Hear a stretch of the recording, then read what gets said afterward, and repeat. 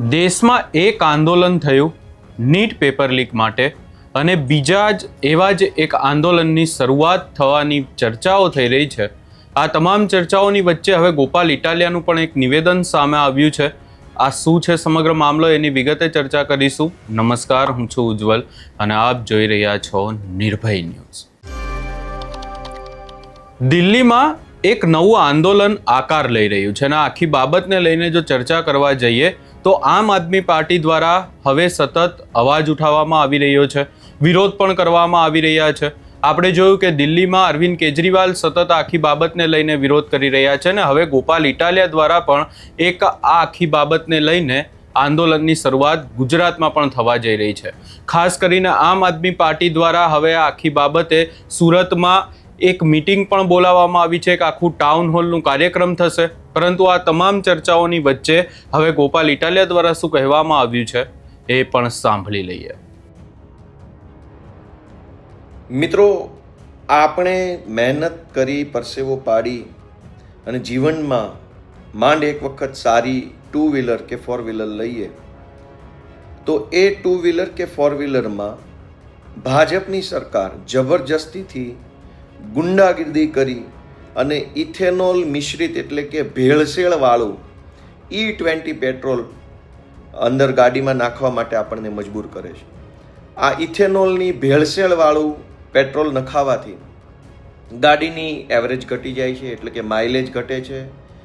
વારંવાર ગાડીને સર્વિસ કરાવવી પડે છે, ખર્ચો વધે છે, વારે વારે બંધ થઈ જાય છે અને સરવાળે આપણી મહેનત પરસેવાની કમાણી પાણીમાં નહીં ઇથેનોલમાં જાય છે. આ ઇથેનોલની સામે જનજાગૃતિ ફેલાવવા અને સરકાર 2 વિકલ્પ આપે કે જે લોકોએ ઇથેનોલવાળું પેટ્રોલ નખાવવું હોય એ તો ઇથેનોલ નખાવી શકે અને જેણે પ્યોર નખાવવું હોય એ પ્યોર નખાવી શકે.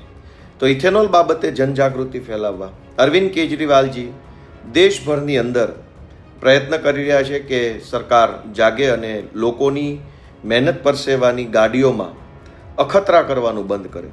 આવતીકાલે 9 ઓગસ્ટ 2026ના દિવસે સુરત ખાતે SMC કોમ્યુનિટી હોલમાં પણ E20 ઇથેનોલ મિશ્રિત પેટ્રોલની બાબતે જનજાગૃતિ કરવા એક કાર્યક્રમનું આયોજન છે. એમાં હું પણ આવવાનો છું. આપ સૌ આવો અને જે રૂબરૂ ન આવી શકે એ ઓનલાઈન પણ આ ટાઉન હોલમાં જોડાઈ શકે છે. Thank you.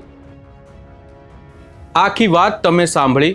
ખાસ કરી અને અહીંયા મુદ્દો માત્ર ને માત્ર એ જ છે E20નો, જે પેટ્રોલ ડીઝલ આપણે આપણી ગાડીઓમાં વાપરી રહ્યા છે એમાં હવે ઇથેનોલ મિશ્રિત કરવામાં આવશે, કે એટલે કે ઇથેનોલ ભેળવવામાં આવશે ને એ પેટ્રોલ હવે વેચવામાં આવશે. આ આખી બાબતને લઈને સવાલો પણ અનેક ઊભા થયા કે પૈસા પૂરા લેવામાં આવી રહ્યા છે અને મિશ્રિતવાળું પેટ્રોલ ડીઝલ લોકોને આપવામાં આવી રહ્યું છે. એનાથી પણ વિશેષ અહીંયા સામાન્ય વ્યક્તિને આખી બાબતથી મોટું નુકસાન છે. કારણ કે જો તમે પેટ્રોલ ડીઝલ તમારી ગાડીમાં બાઇકમાં વાપરશો તો એના કારણે ગાડી અને બાઇકના એન્જિનને મોટા પાયે નુકસાન થઈ શકે છે અને એના કારણે લાખો એવા સામાન્ય લોકો કે જે સામાન્ય વાહન વ્યવહાર માટે ગાડીઓનો ઉપયોગ કરતા હોય છે એમને મોટા પાયે નુકસાન જઈ શકે છે, એમની ગાડીઓને નુકસાન જઈ શકે છે. અને આ મુદ્દો એમ તો જોવા જઈએ તો ઘણો નાનો લાગી રહ્યો છે, પરંતુ દિવસે ને દિવસે આ મુદ્દો હવે મોટો બનતો જઈ રહ્યું છે. ખાસ કરી અને આમ આદમી પાર્ટી આ મુદ્દાને લઈને ક્યારથી વિરોધ કરવામાં આવી રહ્યો છે. દિલ્હીમાં પણ ટાઉન હોલ કરવામાં આવ્યો ને એવો જ ટાઉન હોલનો કાર્યક્રમ હવે સુરતમાં પણ રાખવામાં આવ્યો છે. ખાસ કરી અને આખી બાબતને લઈને તંત્રની સામે હવે ફરી એકવાર યુવાઓ પડશે એવી પણ ચર્ચાઓ થઈ રહી છે, કારણ કે આને લઈને પણ એક આખી E20 પાર્ટી બનાવવામાં આવી છે અને એવી પણ ચર્ચાઓ થઈ રહી છે કે આ વિરોધ ચાલુ થાય એના પહેલાં આનું નિરાકરણ લાવવું પડશે. અને આ વખતે હવે મંત્રી જે છે નીતિન ગડકરીને લઈને સવાલો ઊભા થઈ રહ્યા છે. આ સમગ્ર બાબતે હવે સુરતમાં જોવાનું રહેશે કે આમ આદમી પાર્ટી દ્વારા જ્યારે આખો કાર્યક્રમ કરવામાં આવશે ત્યારે કેવા સવાલો ઊભા કરવામાં આવે છે, કોની સામે સવાલો ઊભા કરવામાં આવે છે. ખાસ કરીને ગોપાલ ઇટાલિયા હવે સુરતમાં શું બોલશે એ પણ એક સૌથી મોટો સવાલ છે. આ સમગ્ર બાબતે તમારો શું અભિપ્રાય છે એ અમને કમેન્ટ કરી જરૂર જણાવશો ને અમારી ચેનલ નિર્ભય ન્યૂઝને લાઇક, શેર, સબસ્ક્રાઈબ કરવાનું ભૂલશો નહીં.